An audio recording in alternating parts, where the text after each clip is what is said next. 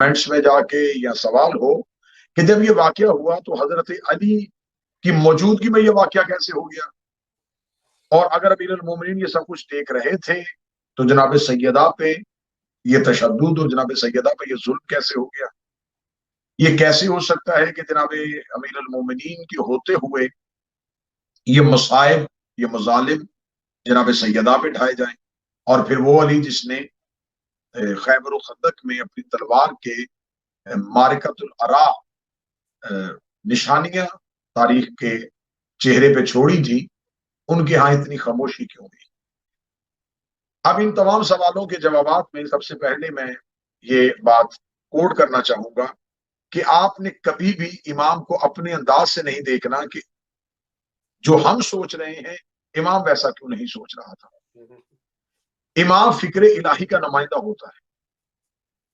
इमाम अल्लाह की जमीन पे खिलाफत का नुमाइंदा होने की वजह से वही किरदार अदा करता है जो अर्श पे परवरदिगार चाहता है।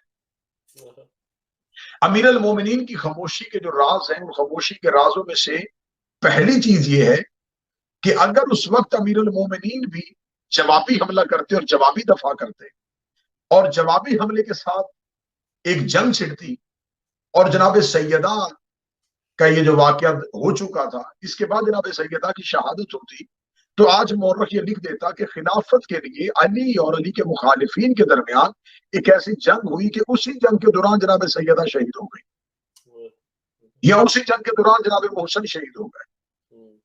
तो आज तारीख दुश्मन के हाथ में भी होती है तो वो कभी भी अमीर अल मोमिनीन की खामोशी को ना लिखता।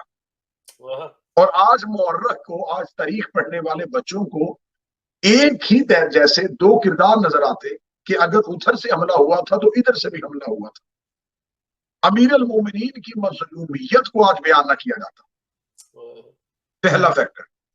दूसरी बात ये कि जनाब अमीर अल मोमिनीन अली इब्न अबी तालिब अलैहिस्सलाम जब बादल रसूल ये वादा हो चुका था कि अब अली की तलवार न्याम में रहेगी, और अमीर अल मोमिनीन जो क्योंकि मासूम जब भी करता है तो जिहाद करता है, बेशक, और जिहाद हमेशा दीन की तरवीज के लिए होता है। अगर आप कहेंगे कि ऐसा क्यों नहीं हुआ, तो फिर मेरा सवाल यह है कि जब मक्का में रिसालत माप को पत्थर मारे जा रहे थे तो खुदा ने उस वक्त में रसूल की मदद क्यों ना की। जब कांटे बिछाए जा रहे थे तो जिसको यासीन, मुसम्मल, तौहा, मुतस्सर कहता था, उसके पांव के जख्म अल्लाह ने कैसे बर्दाश्त किए। वो खुदा जो सब कुछ देख रहा था, वो किसी परिंदे के चूंच से एक पत्थर के साथ अगर अबरहा के हाथियों को मरवा सकता है तो वो मक्का के मुशरिकीन को मरवा सकता था। क्या बात, अज़ाब इलाही आ सकता था। लेकिन अगर अज़ाब इलाही आ जाता और अज़ाब इलाही के साथ ही मुशरिक खत्म हो जाते तो तारीख क्या लिखती कि चंद लोग थे जिन्होंने रिसालत माप की गुस्ताखी करना चाहिए और खुदा मैदान में आ गया और खुदा ने उनको मंतकी अंजाम तक पहुंचा दिया। तो आज उन मुशरिकीन का किरदार कहां जाता, आज उनके चेहरे कैसे पहचाने जाते।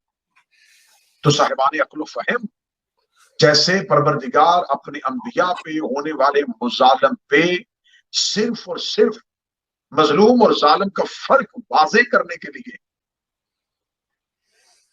सकूत इख्तियार करता है, तो हुज्जत वक्त इरादा परवरदिगार के नुमाइंदा होने की हैसियत से खामोश रहती है।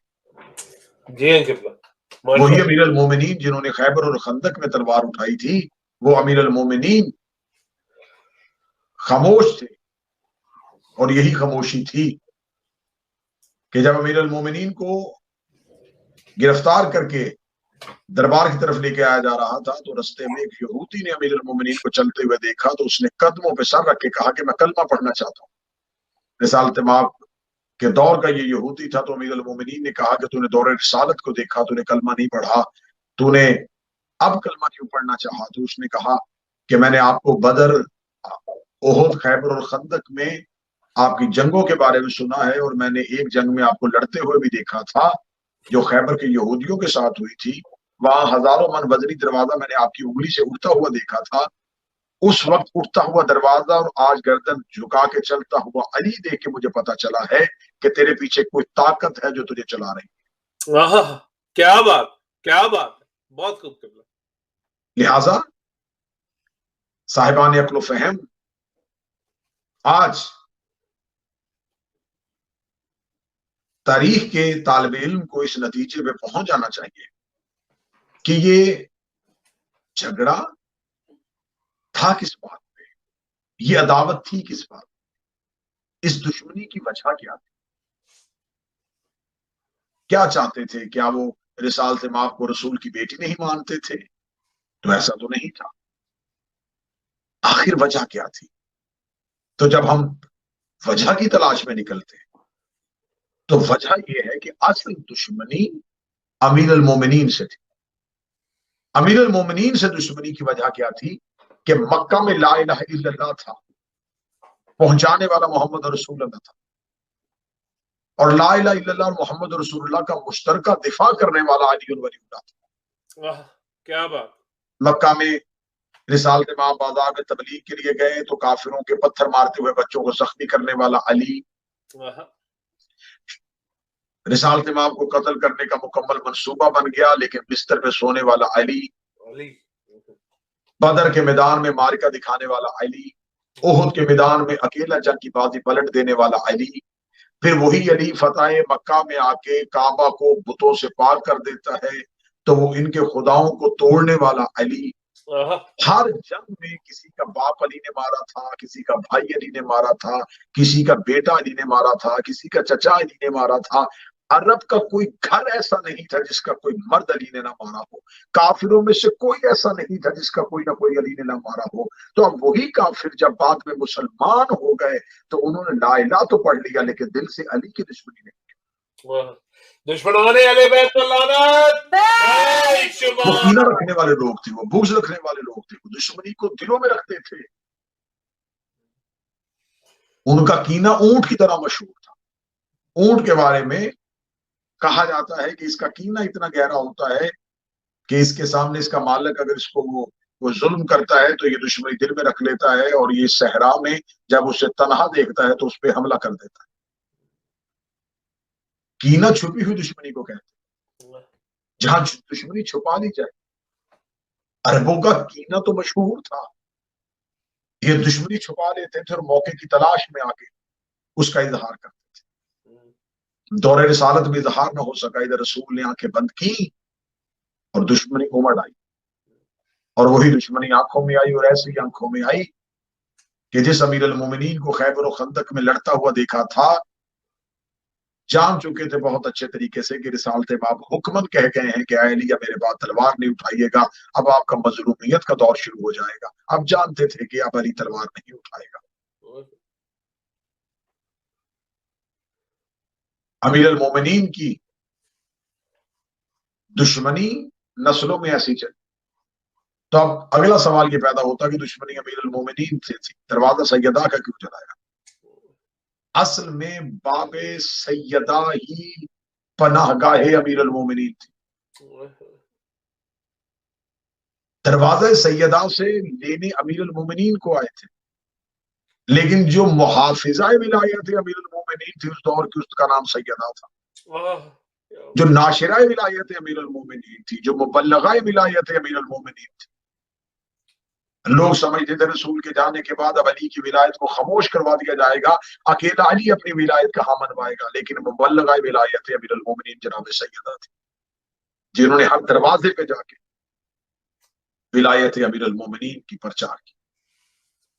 جناب سیدہ کی شہادت دراصل تحفظ ولایت علی کی خاطر ہوتی۔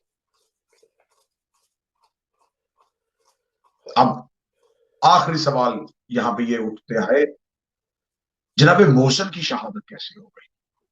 جناب محسن کو شہید کرنے میں کیا راز تھا؟ کیونکہ جناب معصومہ سیدہ مستور تھی، اور مستور کا قتل کئی رنگوں کے ساتھ چھپایا جا سکتا تھا۔ جناب سیدہ کی شہادت کو مختلف عنوان دیے جا سکتے تھے۔ امیر المومنین کو شہید ابھی ہونا نہیں تھا، ابھی امیر المومنین کا انتظار ممبر خلافت کر رہا تھا، ابھی امیر المومنین ایک دور دیکھنا تھا، پھر امیر المومنین نے اس دور کو خاموشی سے گزار کے اپنی حکیمانہ حکمت کے ساتھ اور اپنے تدبر کے ساتھ اس دور سے گزرتے ہوئے ممبر رسول تک پہنچنا تھا۔ یہ کبھی لمبا عرصہ باقی تھا، لہذا امیر المومنین شہید نہیں ہو سکتے۔ اور جو دشمنان علی تھے ان کے سر پہ ایک معصوم کا قتل بھی آنا تھا، کیونکہ معصوم کا قاتل کبھی بھی کسی بھی طریقے سے کسی بھی پناہ کے ساتھ معافی کا طلبگار نہیں ہو سکتا۔ جو کام مدت کی رسالت و امامت سے ممکن نہیں تھا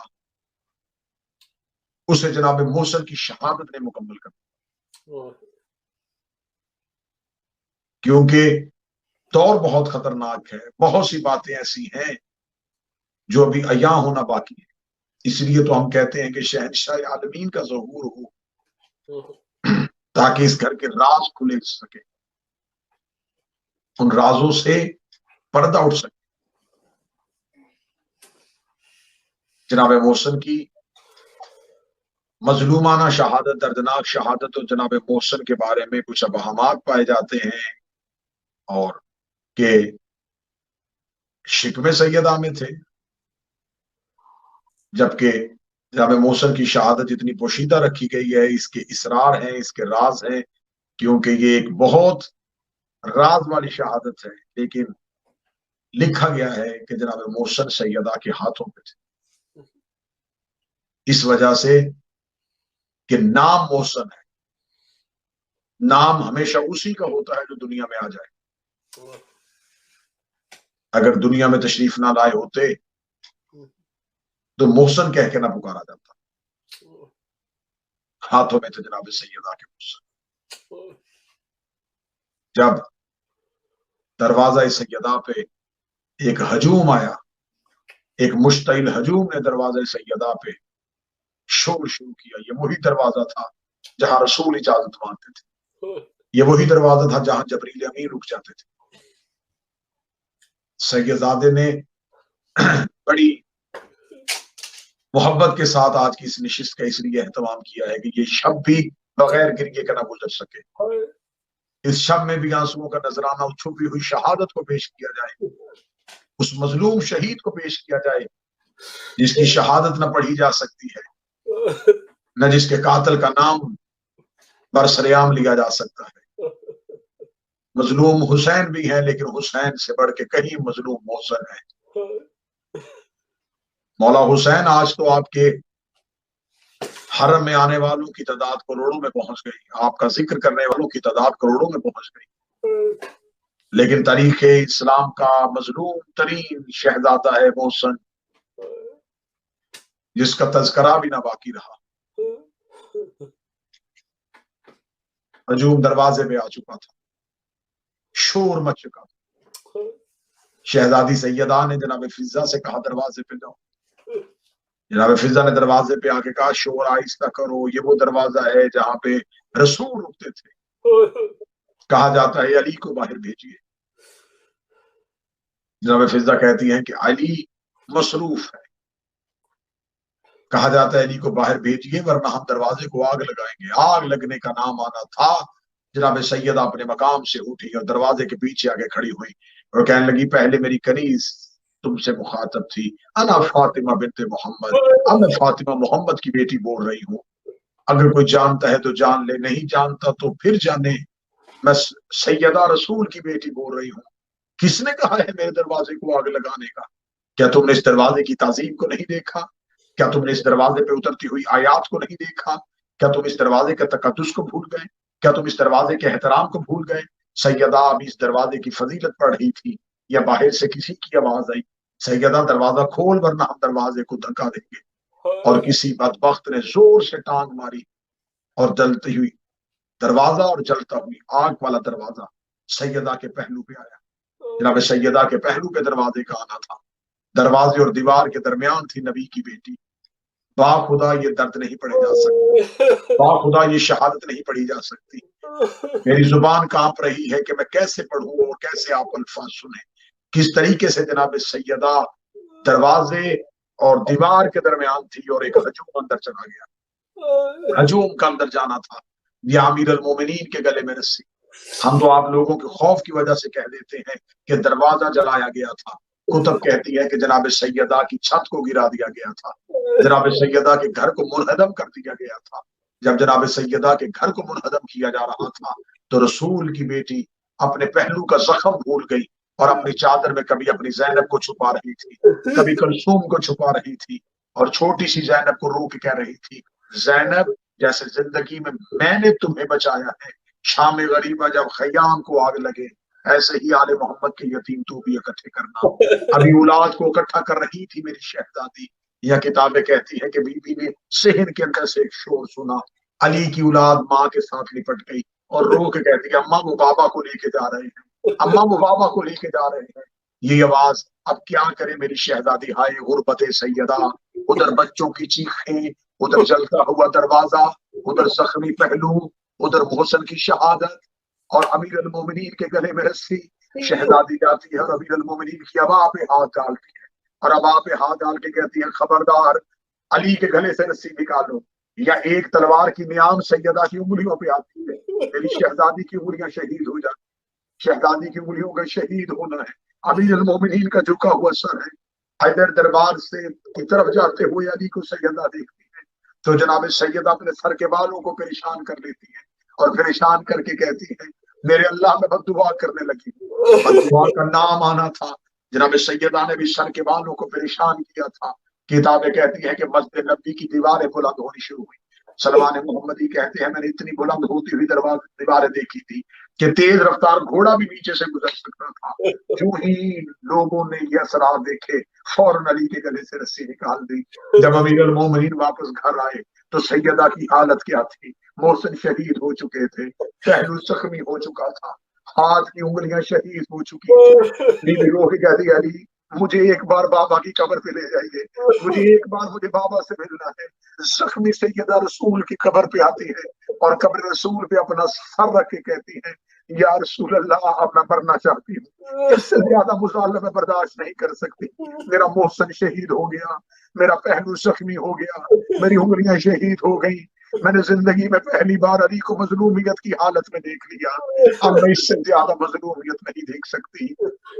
बस वही जख्म थे, वही दुख थे, वही तकलीफें थी।